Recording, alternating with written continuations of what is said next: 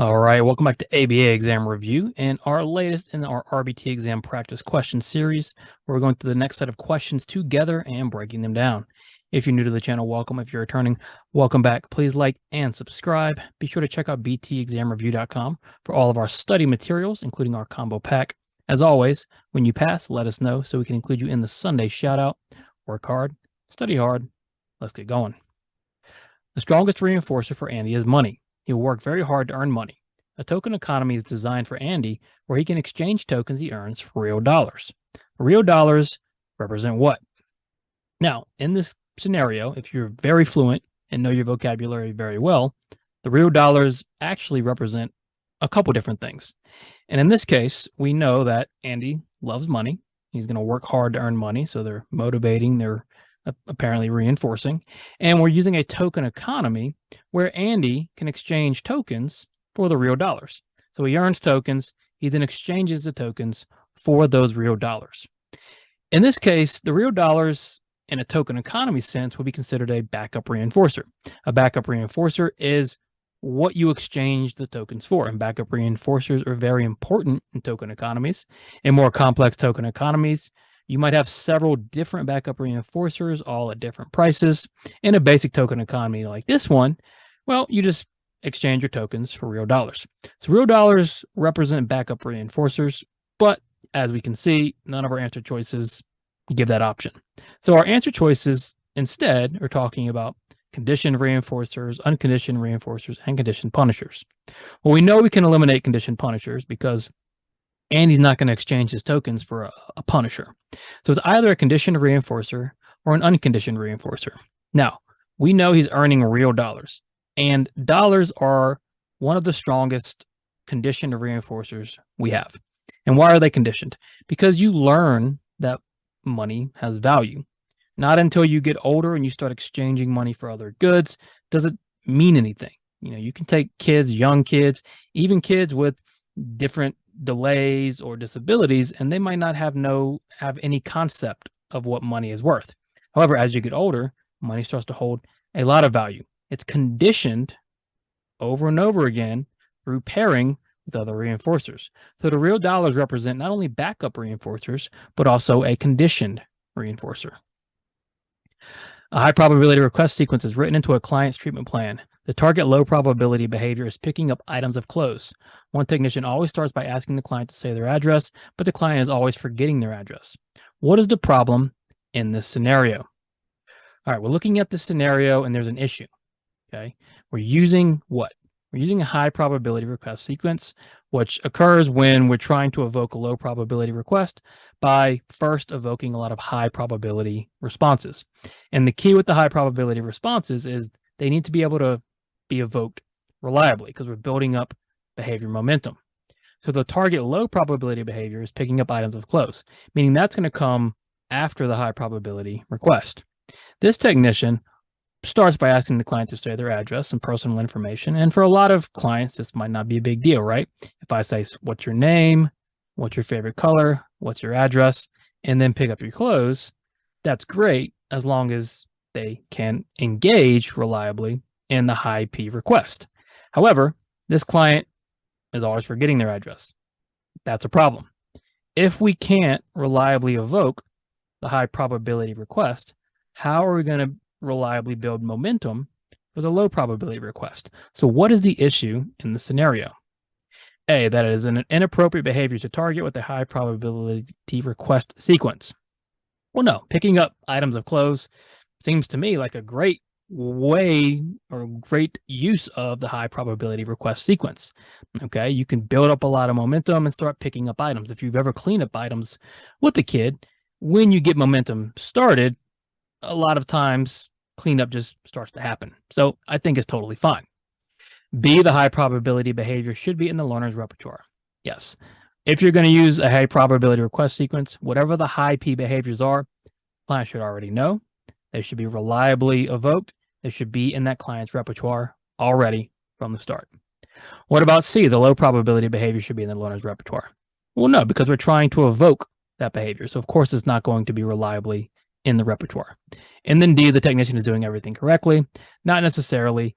If she's going to use this behavior in a high P sequence, it really should already be in the learner's repertoire.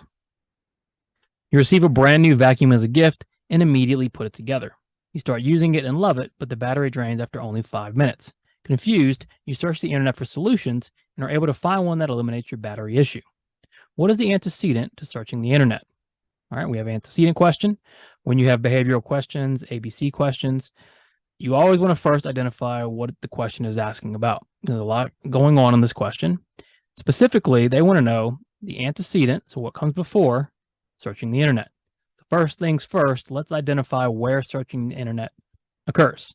Well, we see confused, you search the internet. So right here in the middle. Now, what comes right before that? That's going to be our antecedent. Well, you use it and love it, but right after that, and right before you searching the internet, the battery drains and dies after 5 minutes. So what is the antecedent to searching the internet? A, receiving the gift. Well, you received the gift very early on in this process. And not until you put it together and you use it and you love it, do you actually go and search the internet. So receiving the gift is not necessarily the antecedent to searching the internet. What about putting the gift together? Same thing. After you put the gift together, you use the gift and then the battery drains. So there's a lot more that comes after that before the internet. So the battery draining is really the true antecedent because it comes directly before searching the internet for solutions and evokes the response of searching the internet for solutions. And then D, eliminating the battery issue. Well, that's going to be your consequence, right? You find a solution, it eliminates the battery issue, which is what you want. The antecedent here, what comes right before, is the battery drains, and then you go search the internet for solutions. An errorless learning procedure is properly implemented in which of the following situations? All right, you've got to put your analyst cap on, and decide what scenario demonstrates the proper usage of an errorless learning procedure. And what is an errorless learning procedure? A lot of times people overthink this. Errorless learning literally means learning without errors. If you're going to use errorless learning, you do not allow the client or the learner to make a mistake. So we're looking for a procedure where the client can't make a mistake. A, the client is given one chance to get the answer correctly before prompts are implemented. Well, if they're given a chance to get the answer correctly, they can make a mistake. A is out. B, a graduated guidance strategy is used for throwing trash away. Graduated guidance involves the use of physical prompting as necessary, meaning, again, they have chances to make mistakes. C, the client is blocked when they attempt to grab the blue card in the presence of the ST red. Yes, we are preventing the client from making the mistake of grabbing the blue card. So in this case, we would block blue and transfer over to red, reinforce. C, no errors can be allowed. And then D, a no-no prompt strategy is implemented during functional communication training. Or if you're using a no-no prompt strategy, you're allowing 2 chances at it, right? No, and then I prompt. Errorless learning, we don't allow errors. We do not allow them to happen. We block attempts that are made that potentially could lead to errors. Errorless learning means no errors. So C is the only situation where we are preventing all errors from occurring. You are tasked by your supervising behavior analyst to take inter-response data on an eating behavior. The onset of the behavior is the client taking a bite, and the offset is the client swallowing. When would you start taking inter-response data? Okay, I think this is a relatively tricky question. So we know we are taking inter-response data. Simple enough. Inter-response data is the time in between 2 responses from the end of the first response to the beginning of the next, right? The end of one response to the beginning of the next. So when do we start taking inter-response data? Well, we're going to start taking inter-response data at the end of a response, and we're going to take data until the next response starts. So in this case, we're taking data on an eating behavior. And the onset, which means the beginning, is the client taking a bite, and the offset is the client swallowing. So if the onset is the client taking a bite, and the offset, which is the end, is the client swallowing, when are we going to start taking data? At what point? Well, we want data from the end of one response to the beginning of the next. So we're going to start when one response ends. So after the first bite. Well, after the first bite is going to be the beginning of the behavior. That's the first response. We don't have anything to take inter-response time on. we need to wait till that first response is finished in order to begin into response data. So B, after the client swallows the first bite of food. That's perfect. We're going from the end of the first response, the client swallowing. Once the client takes their first bite, or the next bite, I should say, once the client takes their next bite of their second response, that's when we stop. So the end of the first response to the beginning of the second, meaning we're going to start when the client swallows the first bite of food.